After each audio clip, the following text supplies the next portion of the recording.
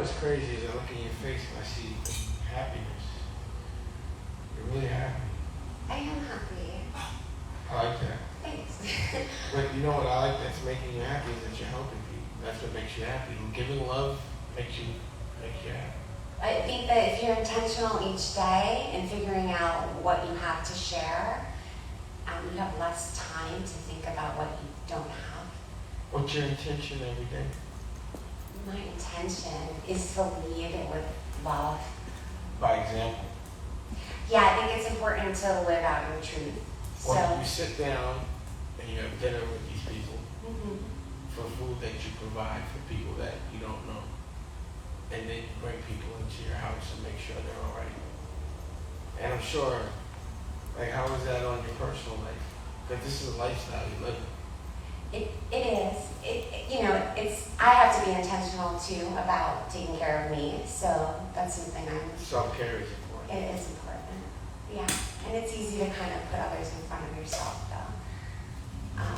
It's fulfilling and,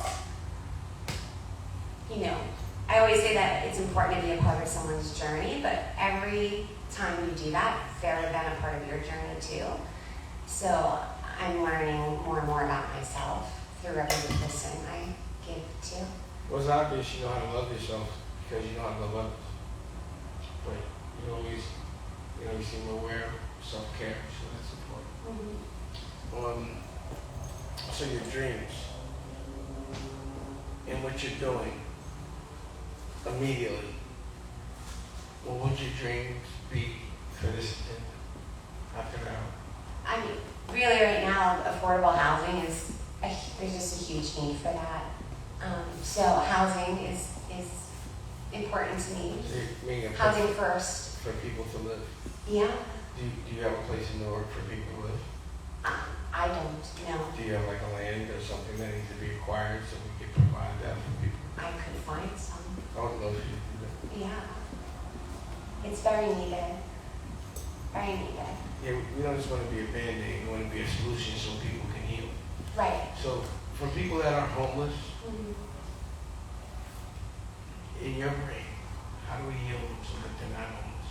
I think that if you can provide a support system for them, so a lot of times, by the time somebody's gotten to that point, they may have lost contact with family, they may have mental health issues, they may have addiction issues.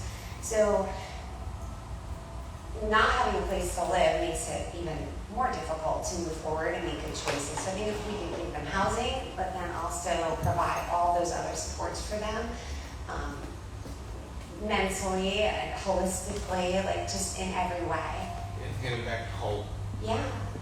So a lot of them have triggers and probably unrecognized trauma that's gotten to that place where they feel comfortable there.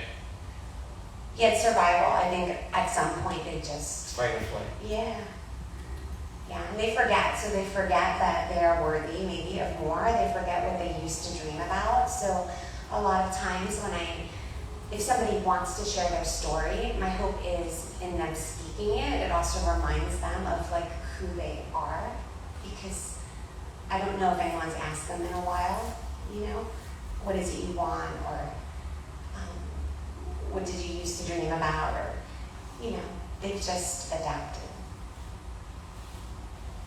So Newark is it's almost like you're sampling what you want to do for the rest of the world, right? Yeah, I started out going into Newark at Penn Station with my girls when they were younger, and we would just sit inside Penn Station. So your girls, the daughters? Yeah, so that was 8 years ago. So they were 10 and 9. So we would go and sit. So they're 18 and 19 now? Nice. Yeah. We would just bring some sandwiches, sit with people, and make conversation. And then the next time we went back, remember their name and maybe something they had said the time before. And more than the sandwich, we saw that our returning and our connecting with them seemed to really be what gave them hope. And that's kind of how we started Project Kindness. What inspired you to love others so much before yourself? Just curious. Like, what was that click where I have to help? When did this happen? When did it start and why? So before we started Project Kind, we had a family meeting, and the meeting really was to kind of talk about everything we had taken on. What inspired that meeting? My son. Yeah, so adopting him, with that came a lot of challenges. Wait, what made you even adopt? Where did that start? Okay, so Quintel came to us, he was 1. He's a foster child. How did he come to you? I decided to do foster care, What to made you decide to do foster care? share my home and my family. What made you start that thing? I think it's what we're supposed to do. Well, what made you think that, and when did that happen? I don't know, I've always thought that. It's kind of just been something that's I've been drawn to. So I don't know. Do you find that you're different from other people that only care about themselves? I don't know. I guess I'm a little different. You're a lot different. You know, I'm a lot different too, but I know I'm a lot different. And I'd be like, what's wrong with everybody? How do you see things? Do you judge people for not being as involved as you? No, I never have any expectations of anybody. But people make me sick. That's what's No, people are selfish. I feel like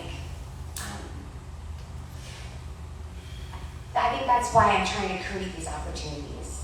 I don't know, you're an angel. You're a superhero. And your light is bright. And I wonder why. There's not many people like us, but there's a connection. And I'm happy to know you. I'm happy to know you. So I like a future in helping others and, looking at Newark as a sample for what we can do for the rest of the world. That would be good. Okay. I'm glad you're here. Thank you. Okay. So let everybody know about everything you're doing, where they can find you and everything with this logo, all of it. Yeah, so it's if you go on Instagram, it's Project Kind 123. The website's projectkind123.org. We're on Facebook, and there's ways you can donate monetarily, but also our Kindness Closet, you can go and donate items. I follow you, but what's your IG story too? Project Kind 123. Got it. Yeah. At Project Kind. I like that. You see, come here for a second. Hassan's an artist that I work with. And the one thing I always explain to him, that your dreams won't come true. Well, actually, I'll let him tell you. Come on. What do I always tell you about your dreams, why they're stagnant, and what can make them come true quicker? To love others before yourself. Yeah. Don't I keep telling you that? Yes, sir. It's just like a lesson that I feel like I have to teach to everybody. It's like, don't you understand? You won't be wealthy until you know how to love others. Yeah. You have to know how to love yourself first and foremost. But to love yourself means only to know how to love others. Right. And that's what's protected me. And that's what's protected you. I see the light in your eye and the action in what you do.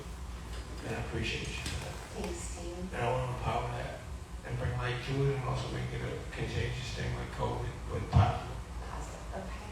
Yeah. That's good. If you're down with that. I'm down. Cool. Okay. All right. So, we're about to get into Nicolette rocking out.